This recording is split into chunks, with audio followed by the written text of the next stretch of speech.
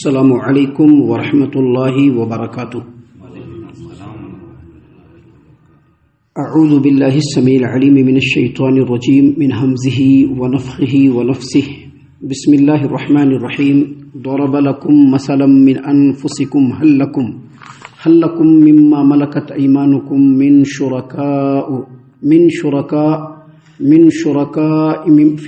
شرکاء فيما رزقناكم فأنتم فيه سواء تخافونهم كخيفتكم أنفسكم كذلك نفصل الآيات لقوم يعقلون بل اتبع الذين ظلموا أهواءهم بغير علم فمن يهدي من أضل الله وما لهم من ناصرين۔ اللہ تبارک و تعالی نے تمہارے سمجھانے کے لیے تمہیں میں سے ایک مثال بیان کی ہے۔ تمہارے کچھ غلام ہو اور جو کچھ ہم نے تمہیں مال و دولت دے رکھا ہے اس میں تم اور وہ غلام برابر کے شریک ہو جائیں تو کیا تم ایسا گوارا کر سکتے ہو؟ تم تو ان سے ایسے ڈرو گے جیسے اپنے ہمسروں سے ڈرتے ہو۔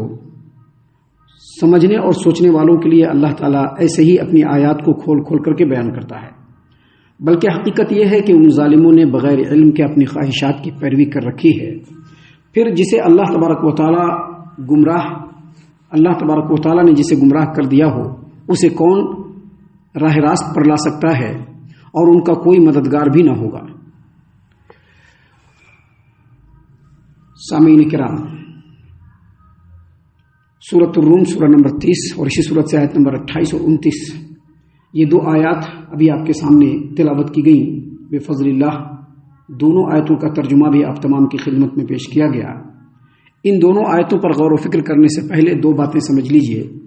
پہلی بات یہ کہ انسان جتنے بھی گناہ کرتا ہے ان تمام گناہوں میں شرک سب سے بڑا گناہ ہے، اور اللہ تبارک و تعالیٰ دوسرے تمام گناہوں کو معاف کر بھی سکتا ہے، یہ اللہ کی مرضی ہے، لیکن اللہ تبارک و تعالیٰ شرک کو کبھی بھی معاف نہیں کرے گا۔ یہ اللہ تبارک و تعالیٰ نے قرآن کریم میں تاکید کے ساتھ فیصلہ سنا دیا ہے کہ اللہ شرک کو کبھی بھی معاف نہیں کرے گا۔ شرک کو اللہ نے ظلم عظیم قرار دیا ہے، اور شرک کی قباحت اور شرک کی سنگینی اور خطرناکی کو اللہ تبارک و تعالیٰ نے اس قرآن کریم میں مختلف طریقے سے، مختلف اسلوب اور مختلف انداز میں سمجھایا بھی ہے اپنے بندوں کو۔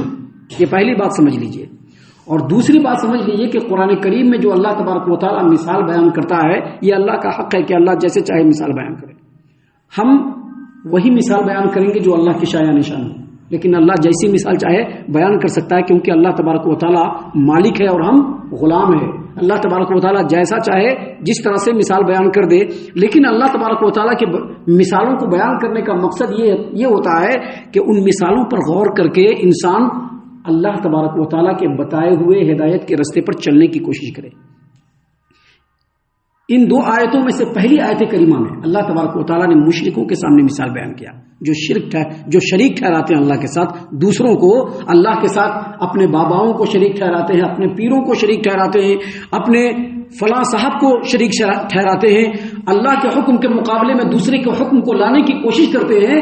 ایسے تمام لوگوں کو اللہ تبارک و تعالیٰ نے مثال دے کر کے سمجھایا ہے۔ اللہ نے فرمایا ضرب لکم مثلا من انفسکم هل لکم مما ملکت ایمانکم من شرکاء، یعنی اللہ نے فرمایا کہ اللہ تبارک و تعالیٰ تمہارے لیے تمہیں میں سے ایک مثال بیان کرتا ہے جو تم سے تعلق رکھتی ہے، اور مثال یہ ہے کہ تمہارے کچھ غلام ہو، اور جو کچھ ہم نے تم کو دے رکھا ہے، شرکاء فیما رزقناکم فانتم فیہ سوا، جو کچھ ہم نے تم کو دے رکھا ہے، مال دولت جیسا بھی چیز دے رکھا ہے، جائیداد دے رکھا ہے، وہ جو تمہارے غلام ہے تمہارے مال میں تمہارے ساتھ شریک ہو جائے۔ اللہ نے فرمایا تخافونہم کخیفتکم انفسکم، اگر اللہ تبارک و تعالیٰ نے تم کو مال دے رکھا ہے اور تمہارا غلام ہو، اور وہ غلام تمہارے مالوں میں تمہارے ساتھ شریک ہو جائے تو تم گوارا کر سکتے ہو؟ نہیں۔ ادنا کام کرنے والا جو ہمارے انڈر میں کام کرتا ہے، ہمارا تو یہ ہوتا ہے کہ وہ ہمارے برابر کا نہ ہو، جو ہمارے انڈر میں کام کرتا ہے۔ ہماری تو یہ فکر ہے، ہماری تو یہ سوچ ہے۔ انسانوں کی سوچ اللہ نے بتلایا کہ جو تمہارا غلام ہو اور تمہاری غلامی میں ہو، اگرچہ وہ انسان ہے، اور جو کچھ اللہ نے تم کو مال دے رکھا ہے اس مال میں اگر وہ تمہارا شریک ہو جائے، تمہارے برابر کا حصے دار ہو جائے، کہ کیا تم اس کو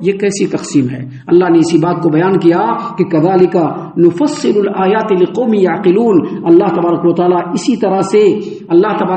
اسی طرح سے سوچنے اور سمجھنے والوں کو اپنی آیتوں کو کھول کھول کر کے بیان کرتا ہے۔ ان باتوں کو بیان کرنے کے بعد جو اگلی آیت کریمہ ہے اس میں اللہ تبارک و تعالیٰ نے ڈائریکٹ لوگوں کے حالات کو بیان کر دیا ہے، مشرکوں کے حالات کو بیان کر دیا ہے۔ مشرکوں کے حالات کو اللہ نے کیسے بیان کیا؟ اللہ نے فرمایا بل اتبع الذین ظلموا اهواءهم بغیر علم فمن یہدی من اضل اللہ وما لهم من ناصرین، بلکہ حقیقت یہ ہے کہ ان ظالموں نے بغیر علم کے اپنے خواہشات کی پیروی کر رکھی ہے، پھر جسے اللہ نے گمراہ کر دیا ہو کون اس کو راہ راست پر لا سکتا ہے اور ان کا کوئی بھی مددگار نہیں ہوگا۔ مطلب یہ ہے کہ ان مشرکوں کو شرک کی قباحت سمجھ میں نہیں آتی ہے، یہ ایسی کوئی بات نہیں، ان کو سب کچھ سمجھ میں آ رہا ہے، ان کو سمجھ میں آ رہا ہے کہ اللہ تبارک و تعالیٰ مالک ہے، سارے مخلوقات ان کے غلام ہیں، لیکن اصل میں کیا ہے کہ جو شرک کا جو دھندا ہے نا، یہ بڑا نفع بخش دھندا ہے۔ آپ پوری دنیا میں دیکھ لیجئے جو شرک کا دھندا ہے، چاہے وہ مزاروں کی شکل میں ہو، چاہے وہ آستانوں کی شکل میں ہو، چاہے وہ کسی بھی شکل میں ہو، یہ جو شرک کا دھندا ہے یہ بہت ہی منافع بخش دھندا ہے۔ یہ ایسا دھندا ہے کہ اس میں کچھ بھی انویسٹمنٹ کرنے کی ضرورت نہیں ہے، کچھ نہیں ہے، وہاں پر خالی قبر بنا دیجئے اور ایک آدمی وہاں پر بیٹھ جائے۔ اب جو مجاور صاحب ہیں، جو پروہت اور مہنت صاحب ہیں، جو پیر صاحب ہیں، وہ نذرانے وصول کرتے ہیں۔ کیسے نذرانے وصول کرتے ہیں؟ جو مرید ہوتے ہیں پیر صاحب کے، ان کو پیر صاحب کی بڑی بڑی کہانیاں سناتی۔ دیکھو پیر صاحب اتنے برسوں تک قبر کے اندر ان کی موتا رکھی رہی، اور جب کھول کر کے نکالا گیا تو کفن پہ ایک مٹی بھی نہیں ملا۔ کسی نے دیکھا؟ کوئی نہیں بول سکتا، لیکن پرچار ہے، پورے میں پرچار ہے کہ نہیں؟ پورے میں پرچار ہے۔ فلاں جو پہاڑ پہ جو بابا ہیں، اگر ان کے پاس چلے گئے تو ضرور شرطیہ تم کو اولاد مل کر کے رہے گا، ایگزامینیشن ہے، کوئی بات نہیں۔ فلاں جگہ پہ چلے جاؤ، وہاں پہ جو بابا ہے ان کے دامن سے وابستہ ہو جاؤ، ضرور 100% کامیابی ملے گی۔ ایسے بزرگوں کے، پیروں کے، ولیوں کی شان گنا گنا کر کے لوگوں کو نذرانے دینے پر مجبور کر دیتے ہیں، اور لوگ بھی نذرانہ دینے پر مجبور ہو جاتے ہیں۔ یہ چونکہ دھندا ہے یہ۔ اور پھر یہ بھی کہا جاتا ہے کہ دیکھو اگر فلاں بابا سے تم نے بیعت کر لیا، فلاں پیر صاحب کے اگر تم مرید ہو گئے، ان کے دامن سے تم وابستہ ہو گئے، تو دنیا میں بھی کامیابی ملے گی اور آخرت میں بھی اللہ تبارک و تعالیٰ کے ہاں کامیابی مل جائے گی۔ شفاعت کا وعدہ کیا جاتا ہے۔ خلاصہ کلام یہ ہے کہ جو عابد ہیں، جو عبادت کرنے والے ہیں اور جن کی عبادت کی جا رہی ہے، دونوں ہی مذہب کے نام پر دنیا کمانے کے چکر میں پڑے ہوئے ہیں۔ اسی چیز کو اللہ تبارک و تعالیٰ نے یہاں پر بیان فرمایا ہے، بل اتبع الذین ظلموا اهواءهم بغیر علم، بلکہ ان ظالموں نے بغیر علم کے اپنی خواہشات کی پیروی کی۔ آپ نے مزاروں کو دیکھا ہوگا، بیٹھ کے ہلاتا رہتا ہے نا، اس کو اگر پیسہ نہیں ملے گا تو نہیں ہلائے گا، پیسہ ملتا ہے اس لیے وہ ہلا رہا ہے بیٹھ کر کے، اور لوگ آ کر کے متھا بھی ٹیک رہے ہیں اور لوگ آ کر کے وہاں پر نذرانے بھی دے رہے ہیں، اسی میں سے بٹوارا بھی ہو رہا ہے۔ اگر نہیں ملے تو نہیں، تو شرک کی قباحت سب کچھ معلوم ہے۔ یہ معلوم ہے کہ اللہ تبارک و تعالیٰ خالق کائنات ہے، قادر مطلق ہے، یہ جانتے ہیں لوگ کہ پورے مخلوقات ان کے غلام ہیں، لیکن اس کے باوجود اللہ کے مخلوق کو ہی اللہ کے برابر میں کیوں لا رہے ہیں؟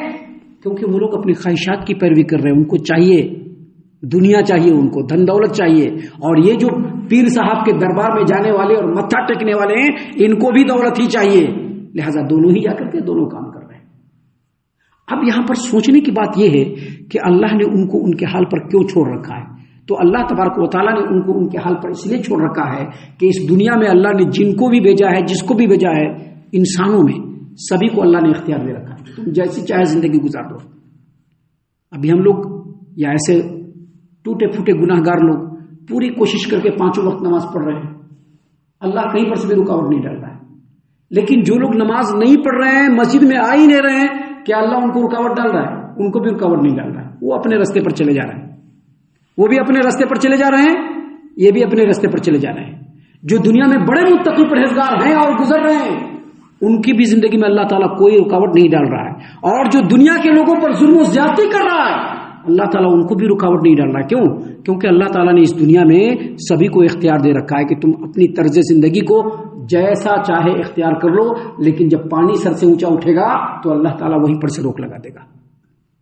جب پانی سر سے اونچا اٹھے گا تو اللہ روک لگا دے گا. اسی لیے اللہ تبارک و تعالیٰ نے سبھی کو چھوٹ دے رکھا ہے. اور آگے اللہ نے مزید کہا فَمَن يَهْدِي مَنْ أَضَلَّ اللَّهُ، اور جسے اللہ نے گمراہ کر دیا ہو اسے کون ہدایت دے سکتا ہے. یہاں پر اللہ نے گمراہ کر دیا ہو یہ صرف اور صرف نسبتاً بیان کیا گیا ہے. اس کی حقیقت یہ ہے کہ جو آدمی ہدایت چاہے گا اللہ اس کو ضرور ہدایت دے گا، اور جو گمراہی کے راستے پر چلے گا اللہ اس کو اسی راستے پر چھوٹ دیتا چلا جائے گا، چھوٹ دیتا چلا جائے گا. اسی لیے اللہ نے کہا کہ من یہدی من اضل اللہ، اور جس کو اللہ گمراہ کر دے اس کو کوئی ہدایت نہیں دے سکتا. کون ہدایت دے سکتا ہے؟ وما لهم من ناصرین، اور ایسے لوگوں کا دنیا میں بھی کوئی مددگار نہیں ہوگا اور آخرت میں تو ڈیفینیٹلی کوئی مددگار نہیں ہوگا. ہم اللہ سے دعا کرتے ہیں کہ اللہ تعالی ہم تمام کو ان باتوں کے اوپر خوب غور و فکر اور تدبر کرنے کے ساتھ ساتھ ان باتوں پر عمل کرنے کی بھی توفیق عنایت فرمائے. آمین. اللہ تعالی ہم تمام کو صحیح معنوں میں پکا سچا مومن مسلمان بنائے. اللہ اور اس کے رسول صلی اللہ علیہ وسلم کی اطاعت و فرما برداری کرنے والا بنائے. صحابہ کرام رضی اللہ عنہم کے طریقے پر چلنے والا بنائے. جنت الفردوس میں جگہ عطا فرمائے. اے اللہ ہم تمام کو جہنم سے پناہ دے. اے رب العالمین ہم تمام کو جہنم سے پناہ دے. اے مالک الملک ہم تمام کو جہنم سے پناہ دے. آمین یا رب العالمین. وما علینا الا البلاغ المبین. تبارك الذي نزل الفرقان على عبده ليكون للعالمين نذيرا.